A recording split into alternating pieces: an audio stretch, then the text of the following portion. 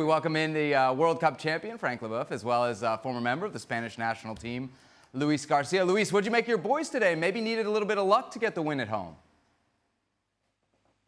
Yeah, it was needed a lot of work, Sebi. It wasn't an easy game. I think their man has put a lot of bodies behind. Very good organized. They knew that with a draw, they will still lead in the table. And in the end, it was a fantastic volley from Zubimendi that I have to say that we are really, really impressed. We knew why everyone was interested in him. Liverpool almost signed the player.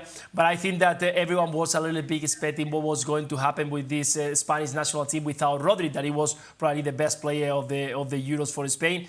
And I think he has done an amazing job today. He was everywhere, he was helping every single player. And in the end, he managed to score that fantastic volley that with a little bit of deflection, ended up in the end of the net. But so far it was a good performance by Spain, not maybe the one that we've seen in the past few games, with a lot more possession, a lot more speed on the ball. We saw Grimaldo being important. He was not Cucurella this time on the left side.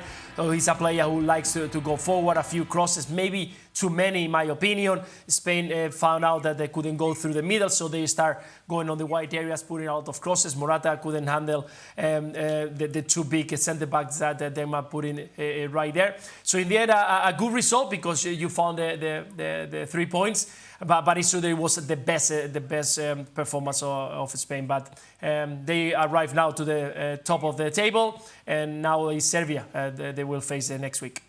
Ale, we were watching this game together. You said they really missed Rodri, Spain. All right. First of all, I did not say that. And while I recognize that Rodri is an important part to any team that he plays for, whether that's Manchester City or Spain, let's not forget that in the Euro final, when Rodri had to come off at halftime and Zubimendi came in, he did the job. Now, look, he's not Rodri. He's not at that level just yet, because Rodri is the best player in his position in the world. But Martin Zubimendi is a guy that is more than capable of taking on the responsibility. So I'm with Luis. You could not have noticed much of a difference between Spain with Rodri or without Rodri today. The difference between Spain that we have seen in the Euros and what we saw today is the absence of Nico Williams. And when you have Lamine on the right and Nico Williams on the left, they are far more dynamic. And that speed of play that Luis is talking about, some of that has to do with the fact that Nico Williams will pick up the pace and will take the dribble at defenders and will threaten in behind, which then pushes back the back line of other teams, in this case Denmark, and would have potentially opened up more space for Pedri to operate, for Fabian Ruiz to operate. Oyarzabal doesn't give you that, gives you other things on the field, but doesn't give you the threat in behind, nor the speed to get around people in 1v1 situations. So if I am to say and point the finger at a player that they missed the most today, it wasn't so much Rodri as much as it was Nico Williams on the left. Luis, would you agree with that? How much of Spain's cutting edge was missing today because they didn't have Nico Williams? No, it's just a spot on. In the end, I was mentioning about Grimaldo, because if you play with Cucurella on that left side, you're not going to have anything coming from that side, because Cucurella just maybe goes forward 2-3 times during the game. But because it's not Nico Williams there, you need to create a threat in that left side. Oyarzabal, totally right. He's a player who is not comfortable on that left side. He likes to dribble into the center. He's more a center forward, or maybe a second striker, a player who, with a lot of mobility, arriving second line, is more dangerous. But right there, he doesn't have the speed of Nico Williams, doesn't have the 1v1 of Nico Williams. He doesn't have the goal maybe of Nico Williams. That's why it was needed something there. So when you got Nico Williams right there in the left side, you know that it's a threat every single time he's on the ball. So you bring the ball quicker to those places, right side and left side, because those are the players who are going to make the difference in the last there. So today it was only Lamine Yamal that was well covered with a lot of players around. He couldn't do the job, even though that sometimes he surprised the defenders. But in the end, you need to continue bringing players forward. I think he did well in the second half, bringing Alex Baena, who brings something different, even Joselu, that it was also important to stick those centre-backs. But I think that the biggest difference, even though that Rodri always is a special player, is exactly that one, Nico Williams in the left side. Stevie? I don't think we should be surprised about the performance today against Denmark. I mean, when you watch Denmark, home or away, regardless of the opposition, this is the kind of game you get. They always, regardless, sit tight and don't give much away. And so it was always going to be the forward players that were going, as good as Rodri is, it was always going to be the forward players that were missing. And you've got to score early against Denmark, because the longer the game goes on, the tougher it gets, because it gives them something to hold on, because that's what they want to do. They're quite happy to go away and draw 0-0. They don't care. And so it was always going to be the forward players. And they deserved the goal. They were the better side. But I don't think you should really look at this too much if you're Spain's manager, coaching staff, whatever. This is a game that you always get against Denmark. They've done the job. Move on. You agree with Stevie? Schmeichel at fault on a goal? Yep.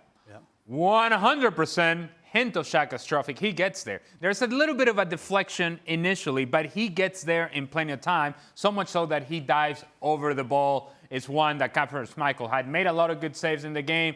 That one should have made. He did not. 1-0 Spain. Luis de la Fuente, the manager for Spain, had some interesting comments this past week about who's truly, at the end of the day, responsible for giving these guys rest. Here he is, the manager of Spain. Quote, "There's a FIFA study that says just 3.5% of games played by international players are with the national team. So I don't think the responsibility for managing minutes or not falls on the national team. It should fall on those who spend more time with the players." Obviously, he's talking about the clubs here. Frank, is he right? Yes, he's right, yeah, because, 3.5% is nothing comparing to the 96.5% of the club games. But it is what it is, and it's an extra games that you have to play. It's extra games that you have to play with the national team, and maybe those games are a little bit too much for those players. But, yeah, I understand what he means.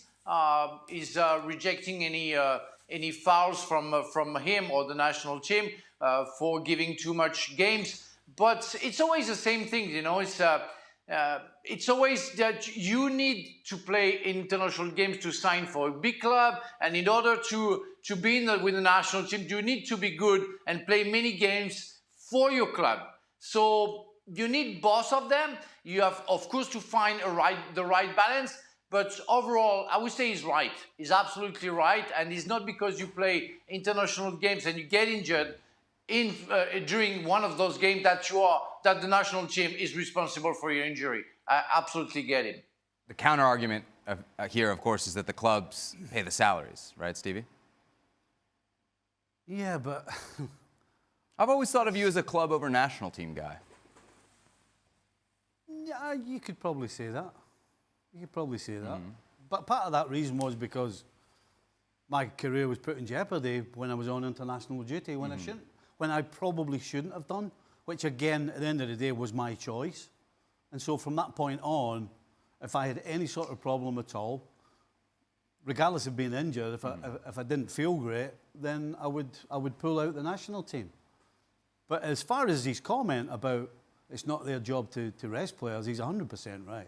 It's absolutely to do with team. And actually, the best case scenario for any national team manager is to have such a good relationship with your players that if a player feels, as I did, in a situation where they don't think they should go, not because they're injured, but because they're just the way they are at that stage, that's okay. That's the ideal scenario. But in terms of his statement, 100% right. Well, when you mentioned that the club paid the salaries, well, we all know that. But in order to elevate your career, and Frank alluded to it, you play for the national team.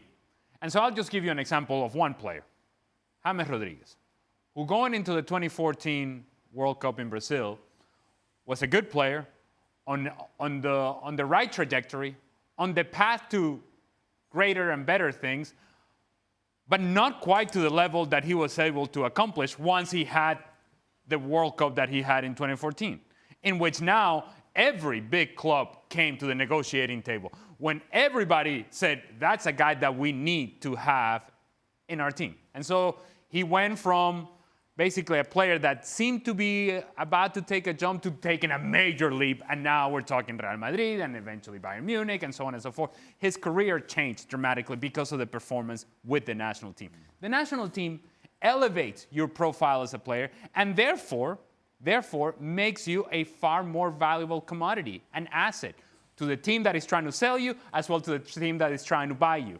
So when club teams complain about players having to go with the national team, guess what? When that player goes and shows himself to the rest of the world, he's doing it essentially for free.